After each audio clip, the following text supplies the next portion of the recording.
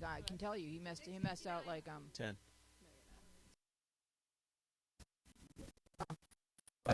4. Pray. Yeah, I'll just suddenly blurt out a Barry Gibson. Our place, where we can dream and share it. Our place, you'll find a friend to care it. We are Our Place Out Loud. I am your lovely and captivating host, Louise Plank. We're here with a panel of wise and wonderful teens. We've got Sarah, Kiamute, Yulia, Nico, and live in-studio musical guests, we have the lovely and beautiful and talented Laura Zalkin. Alicia. Oh, yeah, Laura is your manager. So I was doing really good. Can we edit right there? Alicia. Good start. Alicia Zalkin. Now, Laura is the wonderful lady that put me in touch with you. Yes. And your musical accompanist, or your band, is Dan. And Dan, you can say your last name because you said it to me, and if I can't remember Alicia, I'm certainly not going to remember that. Kalisher. So, so Dan's very handsome, and he's got a beautiful guitar, and we're going to be hearing from them shortly musically. But right up front, we're going to speak about your musical history and career and your inspiration. Yeah. And you grew up in San Diego. I did. Is it a musical family? My grandmother was an opera singer. Whoa. Yeah. She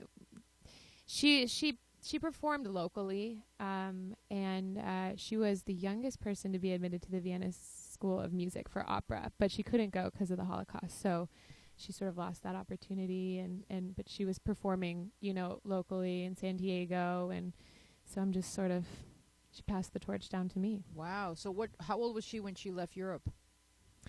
Gosh, I'm not sure. I want to say like 16, maybe.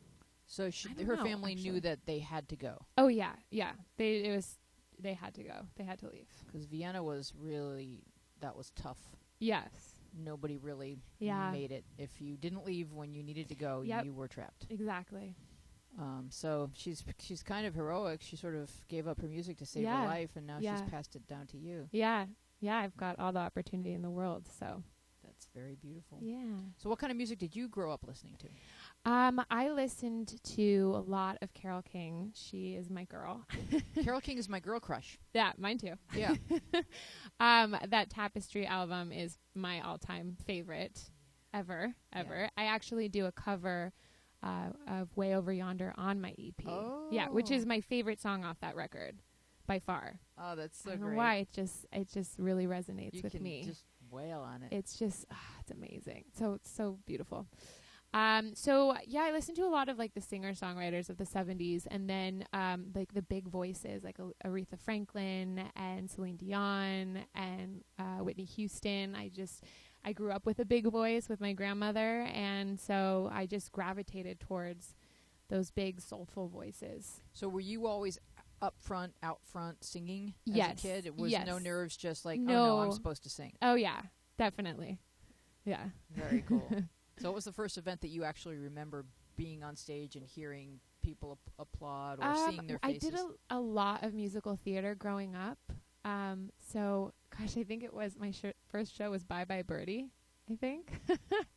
And I was one of the sad girls in the chorus, and I just loved being on stage. The whole thing, getting ready and putting on all the makeup and then going up on stage and everyone's clapping and the lights, and the whole experience was just like, this is awesome. You and I, Kindred, Mayor's Wife, Bye Bye Birdie. No. Yes. No. Testify. That's I got the awesome. whole town fainting. Ah! Yeah. Yeah, you did. I'm a trendsetter. Awesome. Any questions here for Alicia? And you can even call her Alicia, because that is her name. If you would like to. Any questions, Keo? This is always a question that I'm interested in. Do you have some kind of process when you write a song, or?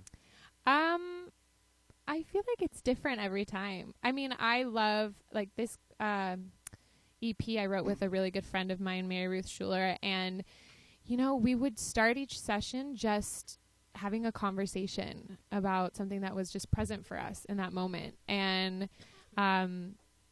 we would, we'd spend hours talking about it. and from there, you know, the inspiration sort of just would come naturally, and we'd create a song. Cool. Yeah. What's your favorite song you've ever written? I Why? would say Fearless, which is the single to this record. It has a strong story behind it. A childhood friend was diagnosed with cancer, and it was the first person my age who I knew was, you know, going to have to go through this experience, and it just really hit me hard. And I couldn't help but think, you know, when we were back, you know, in kindergarten, if we had known that one of us was going to be diagnosed in our 20s, how would we have lived our lives differently? So again, in that writing session was a really intense conversation, and out came that song, and it's hit people hard. It hits me hard, and yeah, so that's my favorite song. Yeah, that's really cool. Thank It you. really is a beautiful song. Yeah. Thanks. Is it going to be one of the songs we hear tonight? It is. The video is very extraordinary, and I know that I posted a link to the video in the app. So if you have the app and you see the little float up, go ahead and click on it, and you'll get to see Alicia's video. How did you cast the various actors? Those are all dear friends of mine. Oh, really? Yeah. And, you know, I just pulled people that have inspired me so much and who I feel, you know, live fearless lives. And so, yeah, they're all my friends. It was a really awesome experience making that video with them. Yeah, everybody just kind of really let it go. Did you have to do several takes till like they got to the point where they were really just behaving fearlessly? We did 2 takes. And I mean, they were all on it. And I think it's because they knew what was coming. You know, I prepared them. I sent them the song, sent them the lyrics. I told them just really go for it. So, yeah, it was pretty easy. All right, well, let's get into a song. You can go ahead and introduce it, and Cool. then we'll let you guys take it away. Awesome. So this song is called On This Road. It's the title track.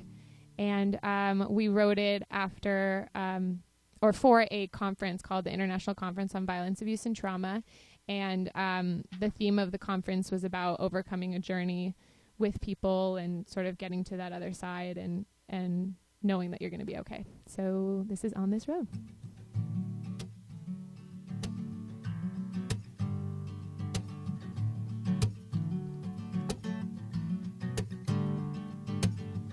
The city lights grow dim behind me as my tires grip the road.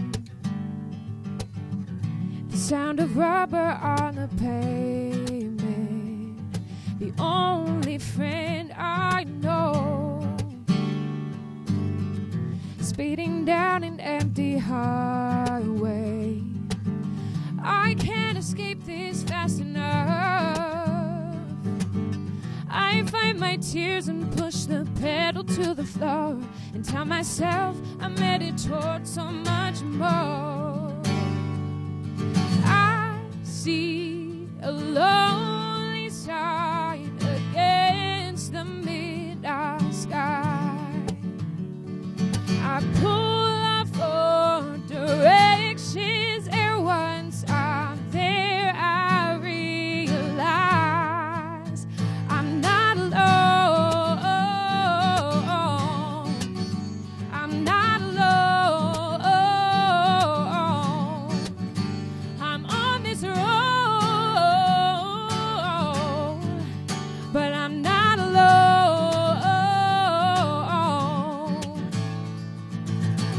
As I continue on this journey and watch the sunrise from its sleep. Sometimes the road has bumps, sometimes the road is steep, but I know I'm headed towards so much more. I see a lonely sign against the morning sky. I pull off for directions, and once again I realize I'm not alone. I'm not alone.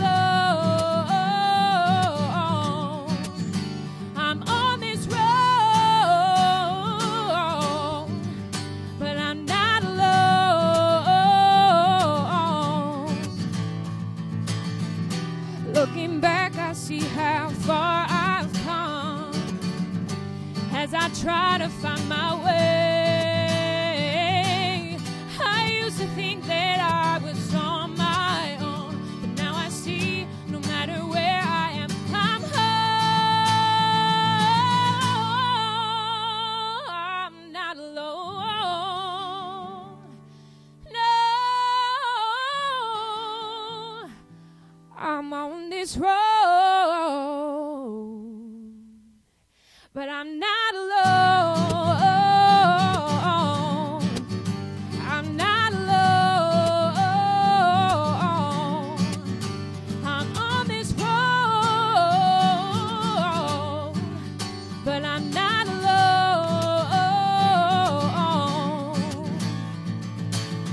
La-di-da, la-di-da, la-di-da, la-da-da-da, la-di-da, la-di-da, la-di-da, la-da-da-da, la-di-da, la-di-da, la-di-da, la-da-da-da.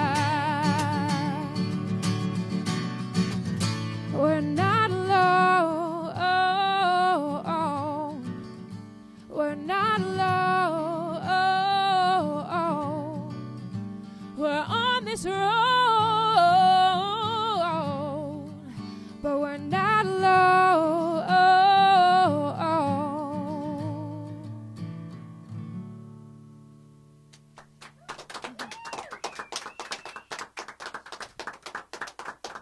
That was extraordinary.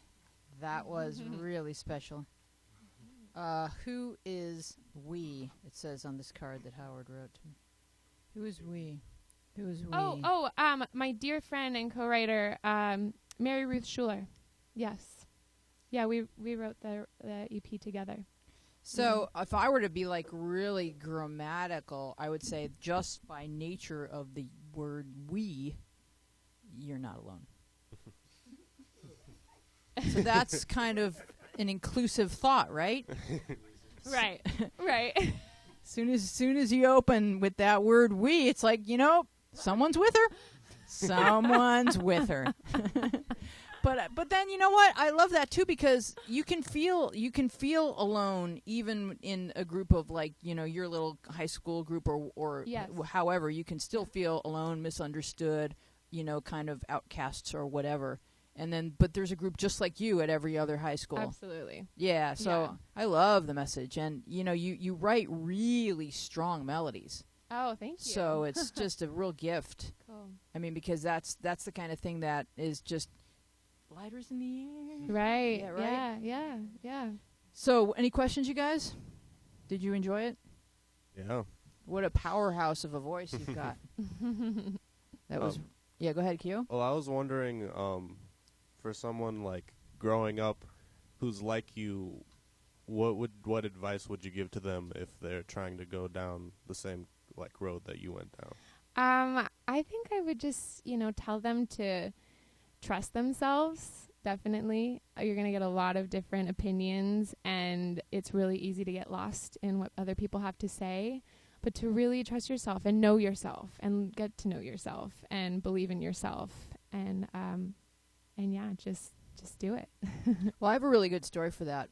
My sister Amy's best friend is Hannah Rakin, and she's a dancer. And that there aren't that many careers in the world of dance. And so her guidance counselor, we went to Williamsville South High School in suburban Buffalo, New York. Mm-hmm. And I never actually went to visit the guidance counselor, which could explain a lot. But but I guess Hannah went to visit. But I guess, actually Hannah went and came back with this story, which may have dissuaded me. The guidance counselor said, you can't just spend your life kicking up your heels, which became kind of like a family joke to anyone's dreams. Just like, yeah, where's your dream? Let me say this to you about that. And long story short, Hannah grew up and became a teacher and opened up a magnet school for the arts in Buffalo, New York. So you can spend your life kicking up your heels. You can, in fact, find a way to make any dream come true. It may not be the version that you kind of envision, but you have to dream really big so that you can kind of refine it as you take each step along your path and say, okay, well, I don't have to be a Broadway star, but I can, share my love of this with people and kids, and so that's going to be just as powerful a voice as, you know, if you were in the chorus line of a play. And everyone has a journey, and you've got to figure out what yours is. But to have someone tell you at 17 Yeah. that, how did she graduate from guidance counselor school and then go ahead and say that to a kid? Yeah. I That's mean, pretty terrible. It's funny. We made it funny Right. because it was painful. Right. It's not funny? Okay, thanks, Howard. Yeah, I know. It's not. Because it's almost like she meant to hurt. Those words Yeah. were Mhm. intended to hurt. So if, like, as you were saying, people are going to say stuff, and you have to know what to listen to and what not to listen to, because some of it is just complete, someone whose dreams didn't come true, passing that along to you instead of saying, you know, I maybe made some wrong moves, and I want you to learn from what I did wrong, because I really want you to be happy and to feel fulfilled, and that your voice has value and has meaning. So we're going to dive into questions here and get and hear from some other voices. We are Our Place Out Loud. I am Louise Palanker here with a panel of wonderful teenagers, and our guest in the studio is Alicia Zalkin. This comes in from Lovesick. I'm currently in a relationship of almost 5 years. I consider my boyfriend my best friend, and I truly love him, and I'm happy with him. However, my parents are always making negative comments about my relationship, which is interracial. They make jokes about his race and how love is blind.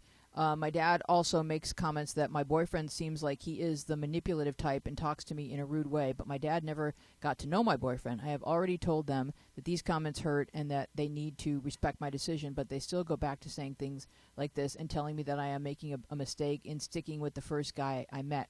My mom did the same with my dad. How do I make this stop? So does it sound to you like he actually thinks that the guy is not a good guy, or does it sound to you like her dad just has a problem with his daughter dating interracially, or if that's even a phrase, or dating someone of a different race? How are you guys interpreting the question? Nico? Oh, well, I'm just gonna move this a little bit. All right. When I saw this question, I really did think it was about like really interracial things at first, and then I kind of looked more into it, and I saw that she's been dating this guy for 5 years, and her parents have been talking about how this is the first guy she's stuck with, like she's just stuck with the first guy.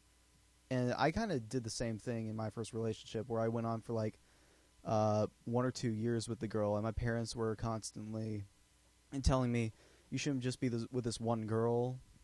And I feel like this could be a racial thing, but I feel like this is also another factor of it that needs to be talked about.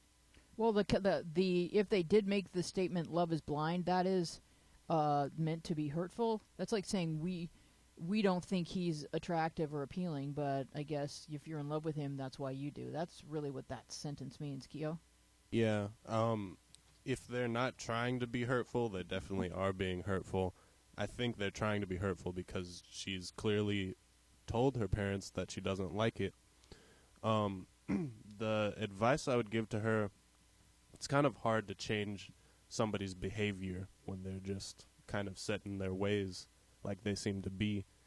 I would say don't always come with a response. Don't say that you don't like that when they're saying something to you. Try and bring it up to them like out of the blue and say, this is something that I've been thinking about a lot, and a lot lately. It really bothers me when you say this, and this about my relationship. Mm-hmm.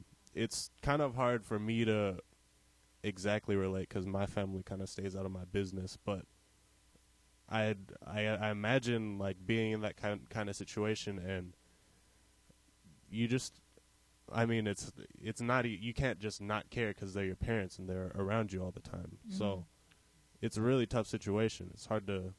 Yulia, did you have something to say? Oops, sorry. I told her in the app, I said, why don't you bring him around more? Maybe your parents don't know him, and that's why they think, oh, maybe he's a bad guy. But she said that she does bring him around a lot. So I do think that maybe it has to do with them.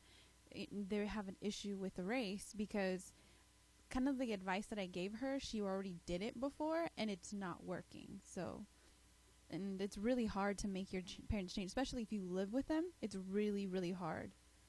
Yeah, I mean, sometimes you just have to wait until you grow up and move out, and then if they really see that you're committed to this person and that this is going to be who you're going to marry, they may try harder.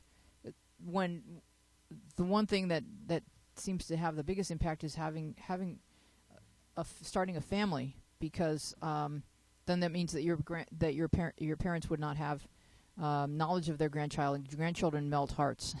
It's what they're born to do, and so if you really think that your parents have no business saying that he's controlling or manipulative, if you really have heard them say that and are thinking to yourself they have no idea what they're talking about, he is anything but that, then by all means just continue to date him, because it's your life. You know, your parents give you life, they don't get to live it. Go ahead, Kyo. Another thing that I would just keep in mind is, I don't know exactly how everything goes down, but think about how you react when they say that kind of thing versus like how you react immediately. Because I'm just thinking about, like, if somebody's teasing you and you don't stone face them or like say that's not funny, but later on you go to them and say, I don't like it when you do that, then they're going to be like, well, you're sending me mixed messages. You don't seem that bothered when I'm teasing you, but then you come back and say this. You don't really mean it. So it's not teasing, obviously. This is mean, but a lot meaner than teasing. But think about how you're reacting immediately and make sure that you show them that it's really not all right with you every time that they say something like that. Yeah, I mean, it hits you where it really hurts the most, Yeah. which is that because you make a choice with your heart, and that's like you're very exposed. You're very vulnerable. If somebody is not approving of the choice that your heart made, it almost feels like they're saying, I don't approve of you. And those are very hurtful words. I mean, parents may think, well, it's our job to make sure that she marries the right person, but they have to realize along the way that, you know, the love and support of a child is by far and away more important than trying to manipulate. Talk about being manipulative. I mean, they're trying to manipulate who she chooses romantically. Kyo? And just about what you said about grandchildren, or like, I mean, don't go get pregnant. Yeah, yeah. It's not the immediate. But answer. I'm also saying that doesn't necessarily work, because that didn't work out with my family. Like, my grandma has all the love for me, but she does not like my dad. So Oh, really? yeah, it doesn't always work out. Like, Oh, that must feel it's confusing. yeah, it feels confusing. Yeah. All right, let's move on to the next question from 20 Quick. What does it mean when a guy seems really keen and like he likes you, and then it's the next week and he ignores you? I'm so confused. I noticed that you answered this in the app. Nico, do you want to start? Oh yeah, sure. When I see this happen, like at school or people talk about it, it's usually just some guys flirting with you just for the sake of flirting with you. It seems like a really like douchey thing to do, and it sends a lot of mixed messages. But I don't think this guy really liked her. Honestly, I think he was just saying he liked her or like flirting with her for the sake of it. Yeah, I mean, I think that sounds like really good advice. It's hurtful to hear it because, you know, her hopes were up, and so the Yeah, everyone lesson wants here to is feel like like- don't mess with people's feelings when you show romantic intent and you're really just trying to see if, you know, you can have an effect on that person, like almost toying with them just to see if you're attractive. It feels like that's what it is, kind of, that he's just sort of kind of spreading his wings and seeing how far he can fly. And the truth is, people are people. They have feelings, and if you pose as if you like someone, she may believe you, and then you're responsible for having elicited that response in her. But if someone actually does have true romantic feelings for you, they would be fairly consistent. They would not be on one day, off the next. Kyo? I think that some guys also try and play games, like, I'm gonna act like I like her, and then I'm gonna ignore her, and then somehow that's gonna make her think about me more and like me more. Guys do that? I think so. Yeah. Wow. I So thought that was like a girl thing. I think everybody does that. I would never have the guts to even attempt Really, to you be want to say that kind of like gamesmanship. Yulia. Yeah, like I told my little sister, like you have to look at the actions. Like just don't look at the words. Don't listen to the words. It's on the actions. If a guy likes you, he's going to show it to you. see, like, now he stopped talking to her, that means he doesn't like her. Because if you really did, then there would, like you said, there would be some consistency. So boys do like to play games sometimes because maybe they're bored. I don't know. But I think it's I just. mean- I think it's like selfish. You just I want to yeah. see if you're attractive. To He might actually be attracted to her, but I think it's just as douchey or more douchey, and you don't really want to be. Yeah. I also like that she used the word keen. I like that.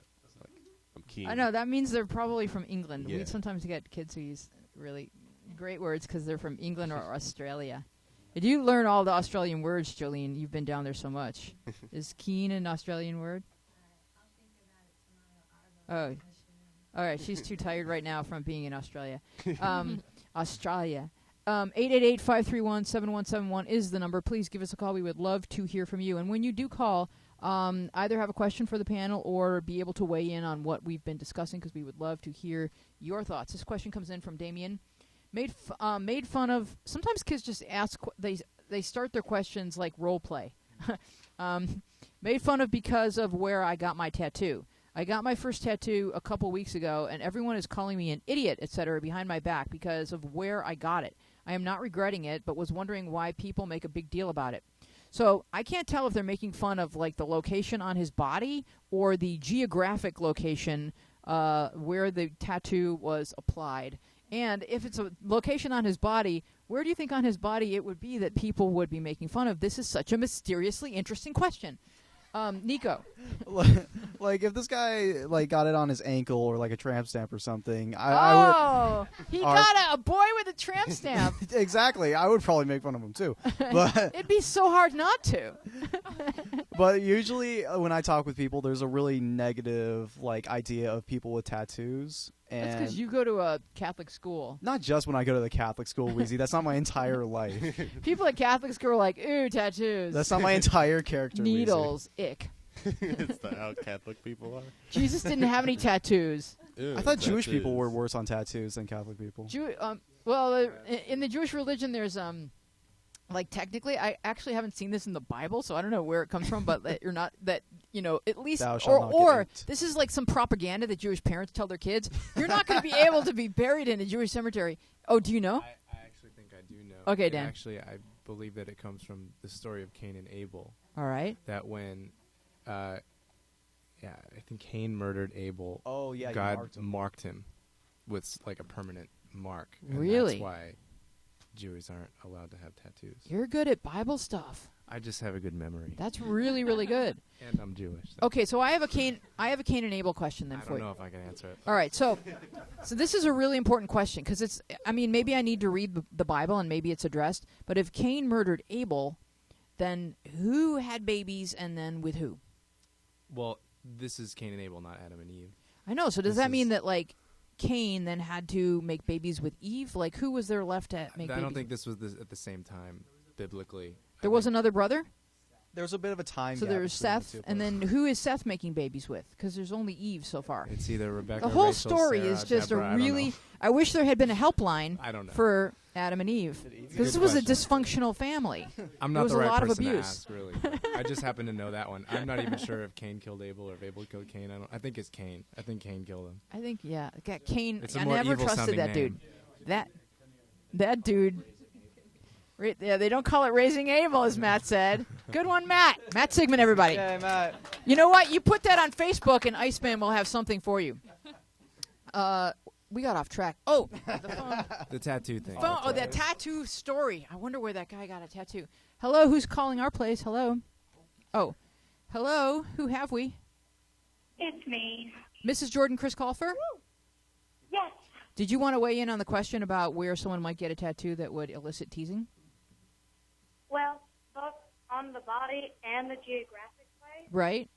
That's, okay, so if it was on the body, I think they might be making fun of him, like if you got because it's possible to get a tattoo on like your tongue or inside your lip or on your face. You can get a tattoo on your tongue? You can get a tattoo anywhere. Weezy. Yeah, It's 2014. kind of gross. Wow. I know, right? All right. Yeah. You can So, also get one on your eye, but we're not going to talk about that.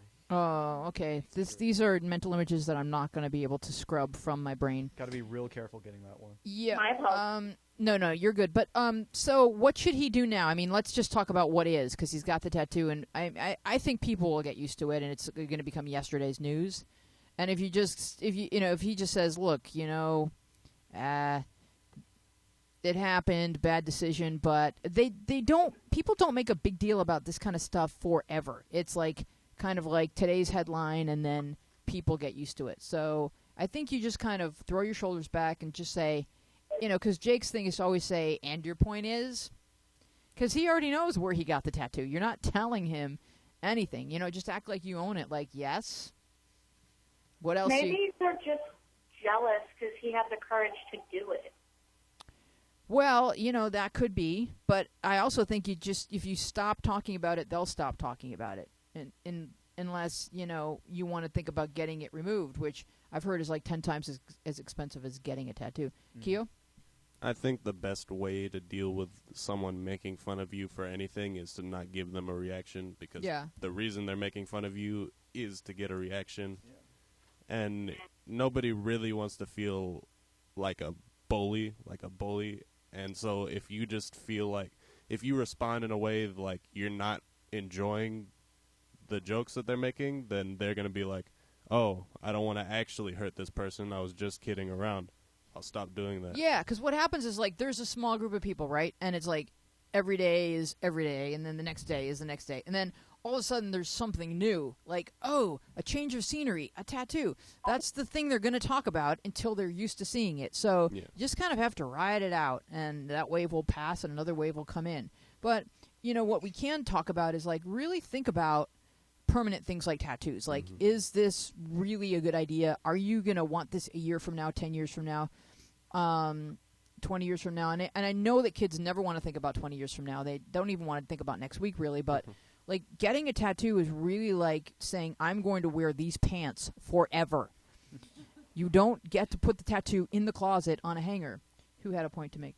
And try to make the tattoo mean something. Don't make it just some random kanji that actually means like toothpaste in Chinese or something.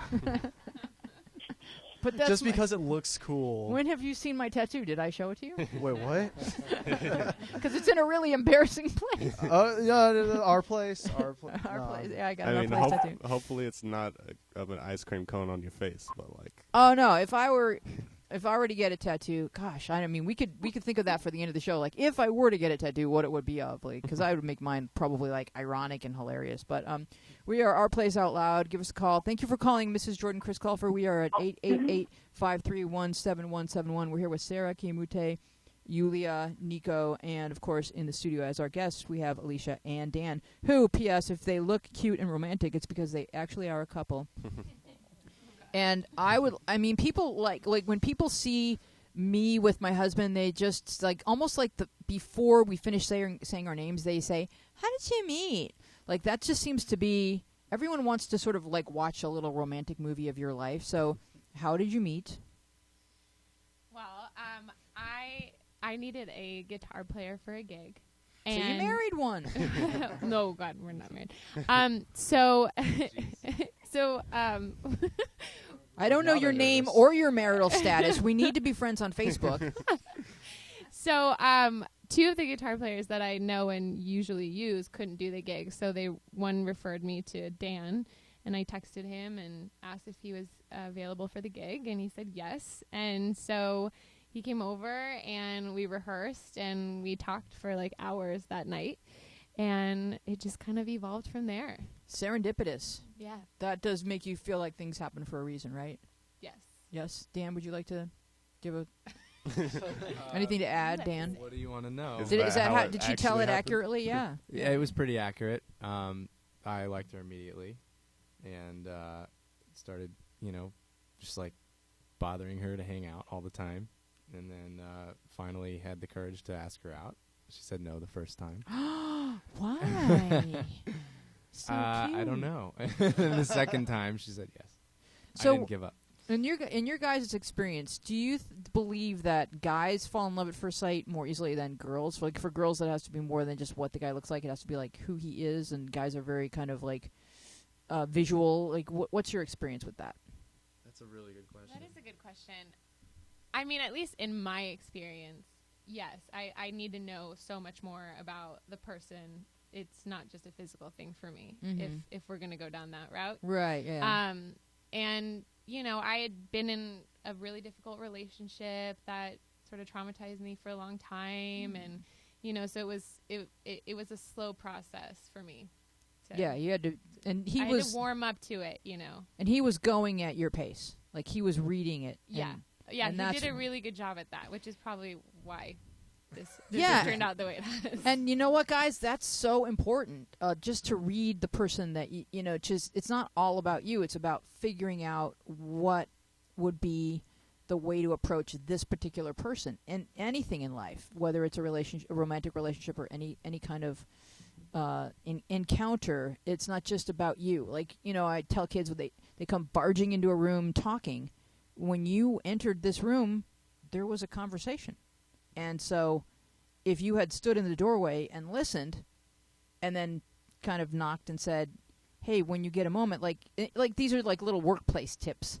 Like, don't just come running in talking, because there was already something going on. And so when you met her, you clicked and you talked a lot. But then Sure. you said to yourself, I think she's going to need, you know, a little Well, bit of yeah, I love and mean, care. Yeah, and you know, I'd had previous relationships too, very long ones too, that ended not, you know, obviously not like, you know, the way they were supposed to end. But I learned a lot from those, and those relationships moved really fast and kind of like, you know, evolved very quickly into something that I wasn't ready for as a 20-something. Mm-hmm.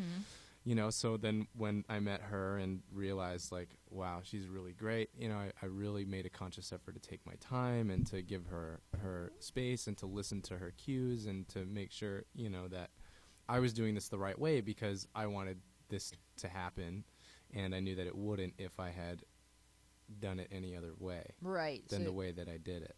So you were willing to be patient because Oh, you yeah. were in it for the long run. Well, yeah. Yeah. Very Yeah. cool. Any questions about love? What is love? What is love? Baby, Baby, don't hurt me. Wow. Yeah, That was good. we speak each other's language. Yeah, Well, then yeah, you yeah. know, you weren't married. This question is from Chanel. My mother went through my diary and read everything, and she went through my phone and read some texts that my friend texted when she used my phone, and it was about sex. So she accused me of having sex and ordered me to go to the doctor to see if I was still a virgin. I did, and I am a virgin, but now I decided that I am done with her. I don't want to talk to her more than I have to. I stay in my room anytime I'm home. When she violated my privacy and didn't believe me, even though I never gave her any reason not to. My friend says I'm being too hard on her. Any comments?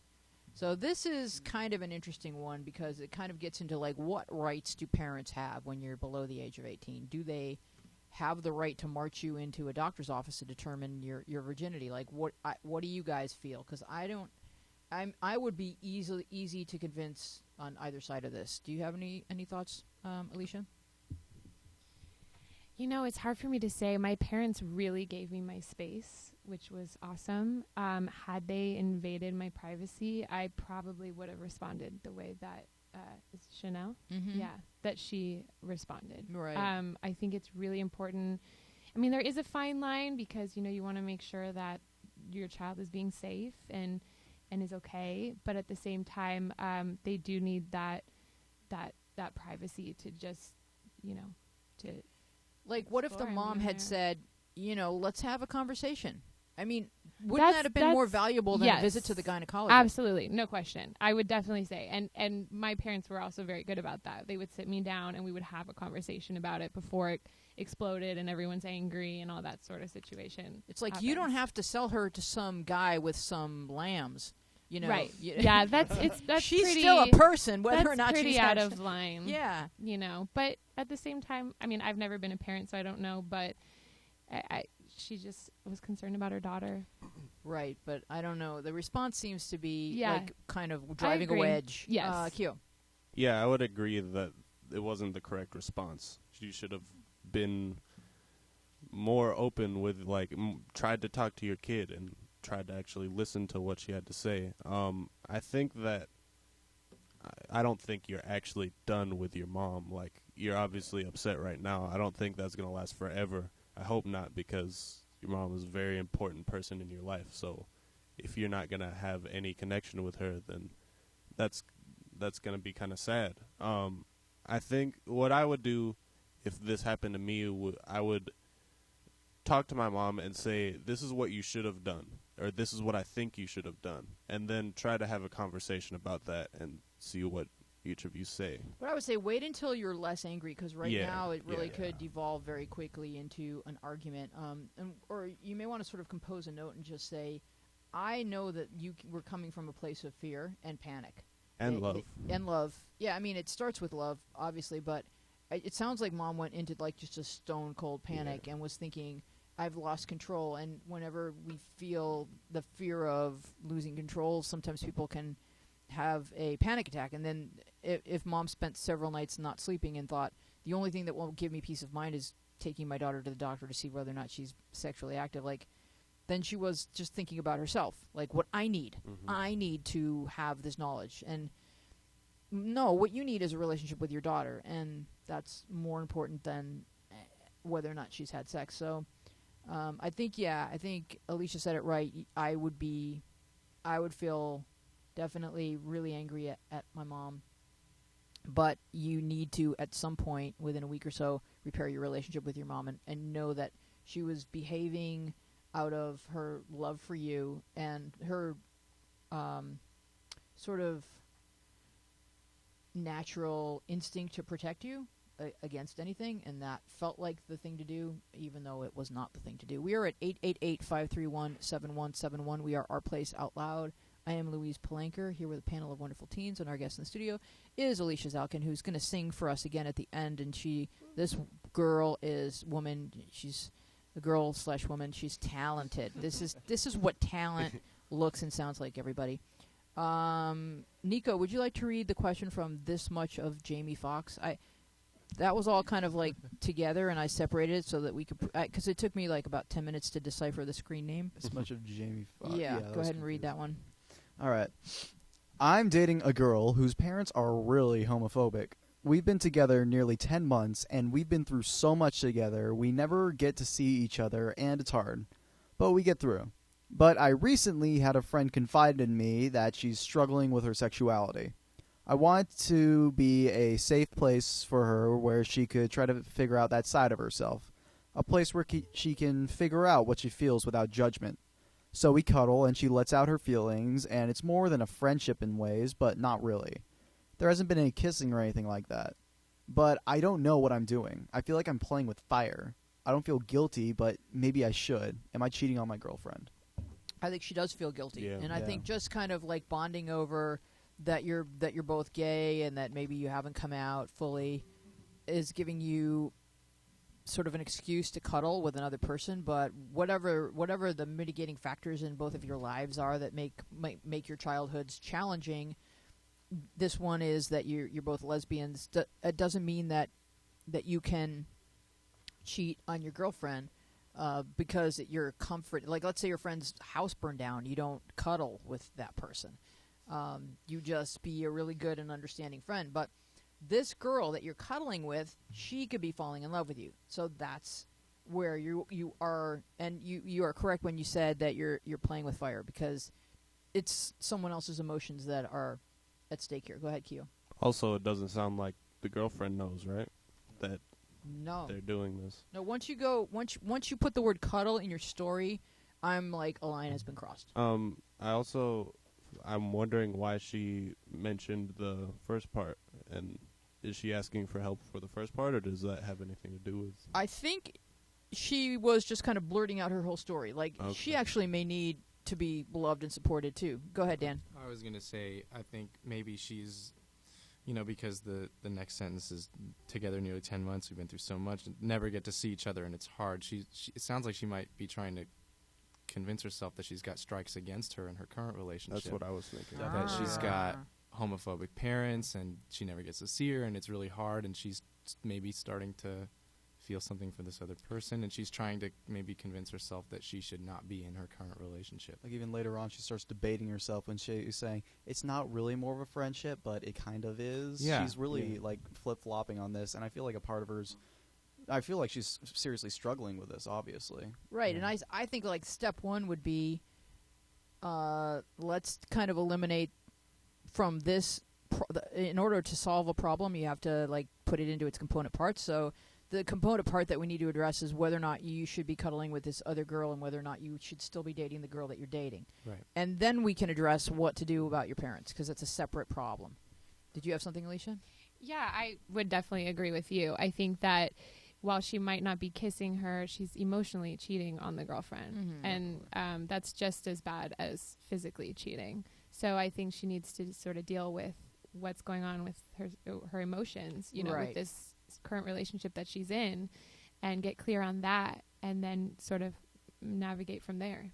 Yes, that sounds like excellent advice. Q? Yeah, always be careful when you're unsure and you're dealing with a relationship, because other things that you're unsure with, they might come back just to hurt you, but this type of thing, if you make some wrong mistake or something that you regret, then you're hurting somebody else, and that's a lot worse, in my opinion.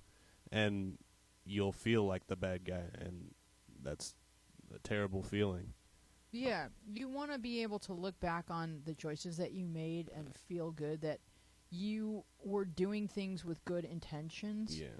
And I think a lot of the mistakes that we find ourselves making, we can look back and say, well, I think I did that because I really wanted to go to that concert, and so I lied, or my intention was not completely pure. Mhm. And then you try to justify your intention. It was like, I deserve to go to that concert, and everyone else was going. Like once you start piling up a bunch of stuff as to why your intention was a good intention, it probably wasn't a good intention. Because look how many things you damaged just to get yourself to the concert, and then you probably didn't really enjoy the concert because of so many people that you had lied to or hurt. Q.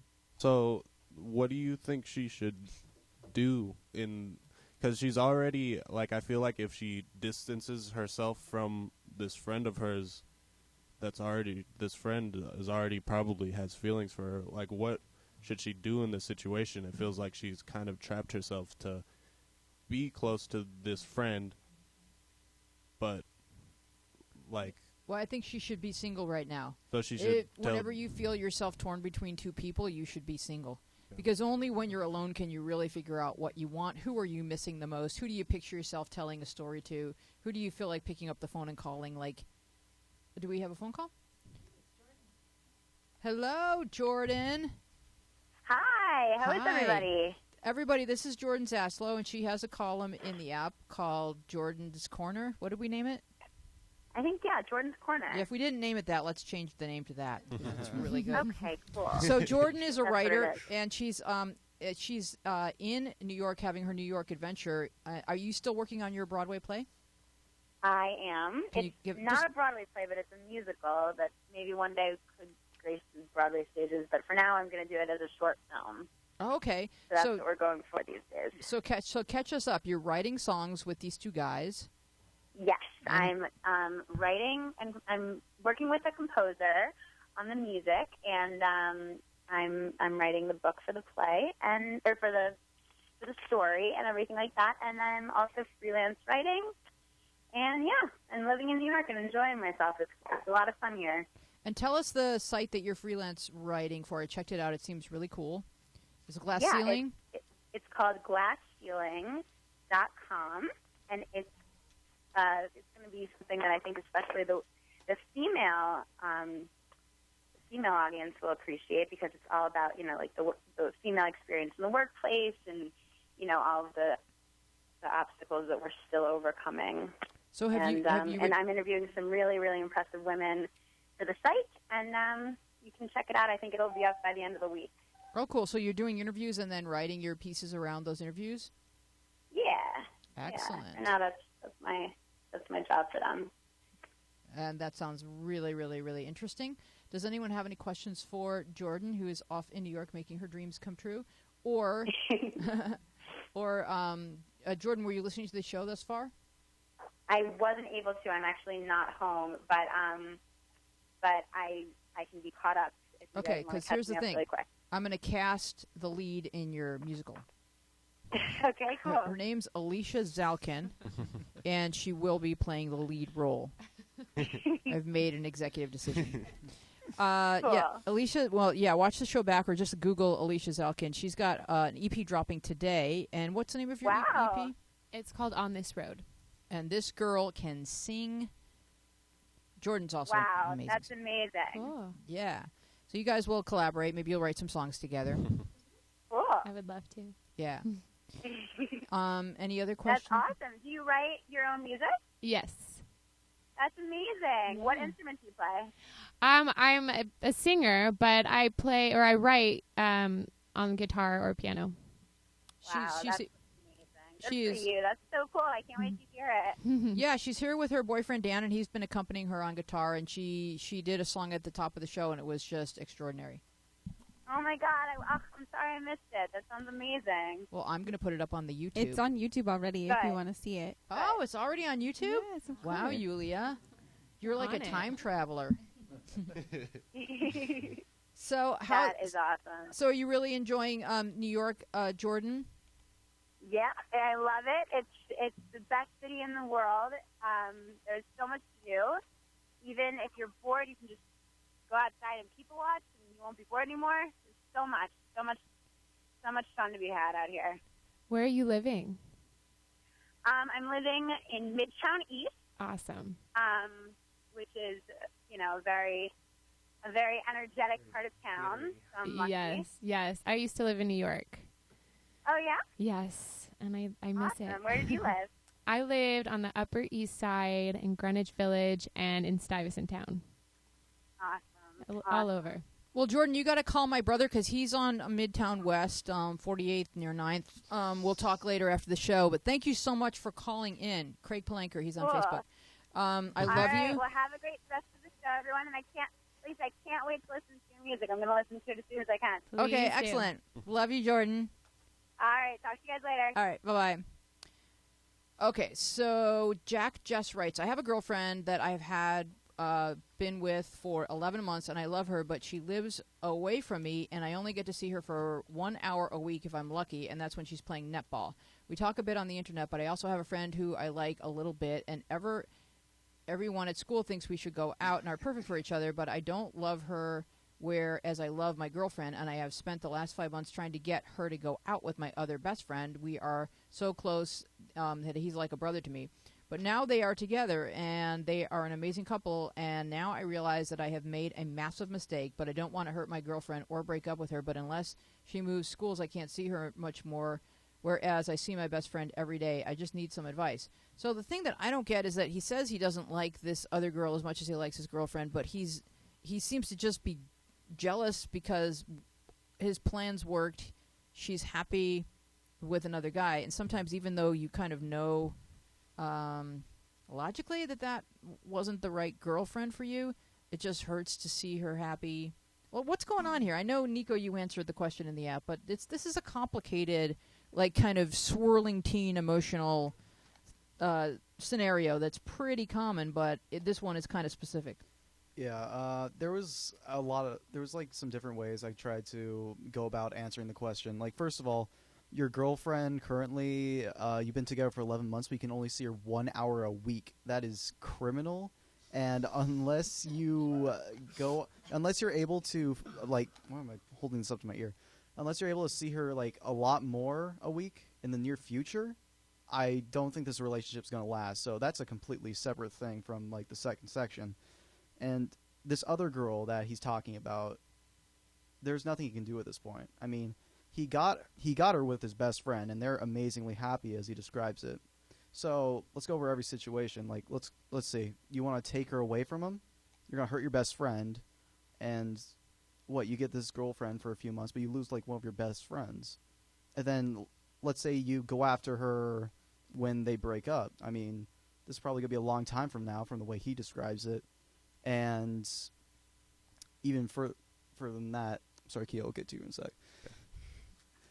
It's like, we talked about this last week, didn't we? Where it was, God, I'm losing my train We of thought. probably here. talked about something having to do with going after somebody that your best friend, Yeah. was with, because that's a common scenario. It's Yeah. like how willing are you to risk this friendship for love? Yeah. Exactly. They feel really weirded out and stuff, and Keo has something to say. Yeah. Well, first off, I don't know how you do the 1 hour a week thing. Oh, yeah. My ex-girlfriend, we went to the same school, but she lived kind of far away, so I didn't get to see her all the time, and that was hard. Like, I wished that she lived closer, and I didn't have a car or anything, so I can drive and see her. So that was hard to deal with. 1 hour a week sounds terrible. So, Criminal. yeah, Well, criminal. criminal, because that's how often convicts get to see their girlfriends. Yeah, Oh, yeah. that's good. Good. Oh, we got good pun music. But I think that you don't. I mean, you're not gonna go after. You shouldn't go after this other girl. Obviously, this friend is like a brother to you, and you don't. It's a close friend. A close friend is very valuable. You don't want to betray that trust, and it's not really worth it. And I think that you could break up with your current girlfriend. That might be something you want to do, because it's just not a good situation. But Yeah, because that would free you up for love when it comes your way. But let your best dude guy have this girl for as long as it plays out, and let it take its own natural course. We're gonna let Alicia and Dan introduce their next musical number. This song is called Fearless, and I spoke about it in the beginning of the show. It's my single, and it was written about after I heard about a childhood friend who was diagnosed with cancer, and it's all about just living your life fearlessly.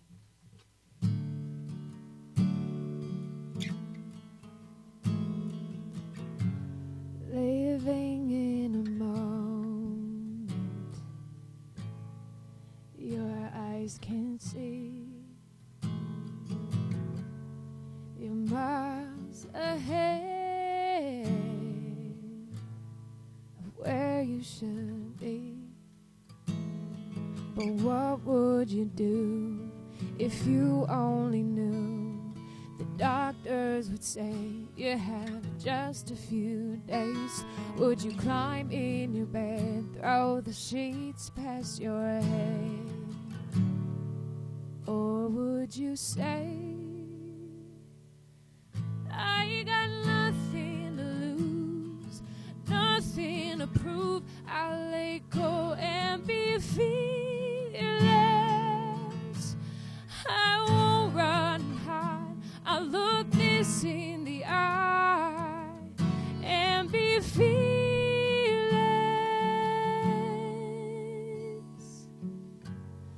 The worry you carry is weighing on you. You're missing the beauty you're traveling through. But what would you do if you only knew?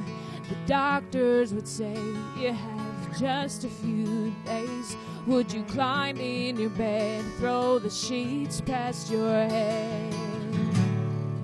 Or would you say, I got nothing to lose, nothing to prove, I'll let go and be fearless.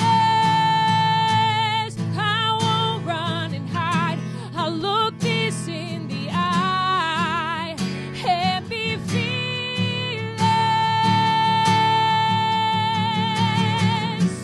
Don't wait for the day when your world might crash in. Tear down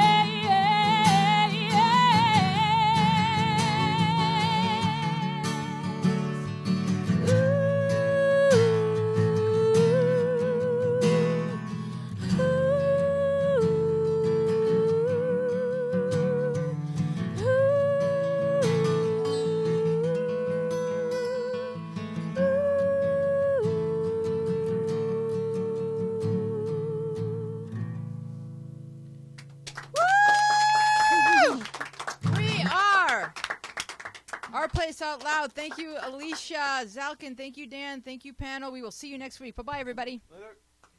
I've been